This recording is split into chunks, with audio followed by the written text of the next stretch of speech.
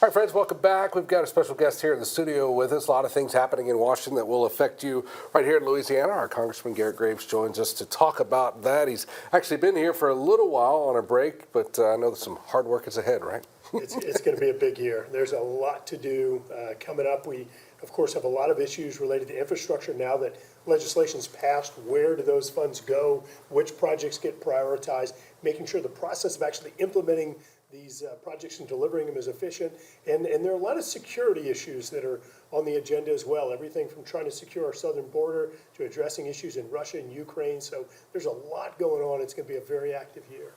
So what is like the big number one thing on your agenda for this year? So the big thing is now that we've had an infrastructure bill passed, look, we could sit here and spend probably trillions of dollars among the three of us addressing some of the biggest infrastructure needs. So it's making sure that those dollars, one, that they can actually be spent quickly, that they don't get caught up in the bureaucracy, but two, that they go to the right projects. We've seen to where, for decades now, it's the reason we have such a traffic problem.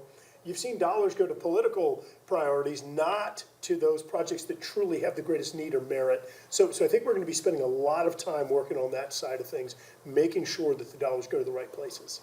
And it's very easy for us to joke around and say, Washington's broke, it's a mess up there. But tell us what good is happening? Like what is working up there? Yeah, it's very real that things have become more divisive, that you've seen folks really sticking with their party and having a lot of bias whenever you see someone from the other party. But one of the areas where you have seen historically a lot of cooperation is working on things like hurricane recovery. So we still have a lot of work to do with Hurricane Ida. Congressman Troy Carter and I have done a lot of work together trying to address FEMA efficiencies, trying to get the dollars that we need down here. So having bipartisan support for things like that. Traditionally, or I'll say historically, infrastructure has been one of those other areas where you've had a lot of bipartisan support. Over the past several months, it's gotten a little bit bumpier, but I do think you're going to see folks come back together working on actually implementing the bill a good bit. And then one of the other areas that we've had generally bipartisan cooperation has been on the appropriations process, things like funding our military, making sure that our men and women that are serving have the resources they need, are being properly compensated.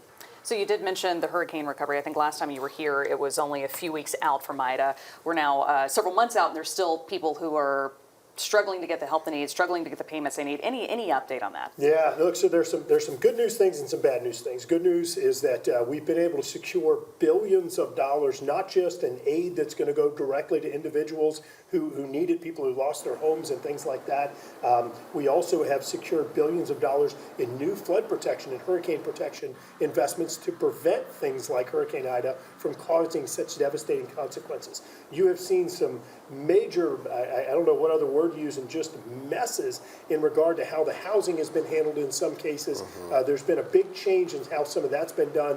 We were meeting just about a week and a half ago trying to go through and address some of the bottlenecks or problems there. I do think you're going to see a little bit, or a good bit more relief in probably about the next 2 to 3 weeks in addressing some of the housing issues. We still have a lot of work to do on FEMA.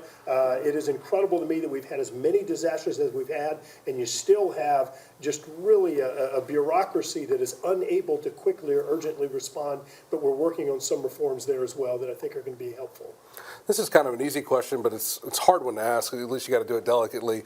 When things happen like in Kentucky, where I'm from, and a major disaster, does that wake up other senators and congressmen? Because, forever it's, Louisiana is, we're flooded again. But when bad things happen elsewhere and they need some of the aid and that, does it kind of, I guess, help them understand your cause of what you have to deal with year after year? It's a great point, and it does. The reality, as you said, you get a little bit of fatigue. Oh, there was another hurricane in the Gulf. These folks want more money, or these dang wildfires out west, they keep burning, and these same states are coming back over and over again. And also, whenever we go talk about the bureaucracy of FEMA or the inability to connect the dollars with the people who need it most, these people's kind of eyes glaze over, and it doesn't really affect me. So bringing more people to the table and understanding what we've gone through with the housing issues, with getting assistance to people that need it, connecting the dots between money in the bank and people in need. You get a lot more empathy, and we, of course, reached out immediately to the folks in Illinois and in Kentucky and said, look, we've been through this many, many times. If we can help walk you through the process, if we can help, lend staff or do other things, let us know. And so that certainly has caused us to be much closer to some of those delegation members and in the House and Senate than otherwise we would have been. And we certainly have more allies in some of our reform efforts now. All right, Congressman Garret Graves joining us today. Thank you so much for your time. You bet. Thank you. We Appreciate appreciate it. Stay with us. We'll be right back, folks.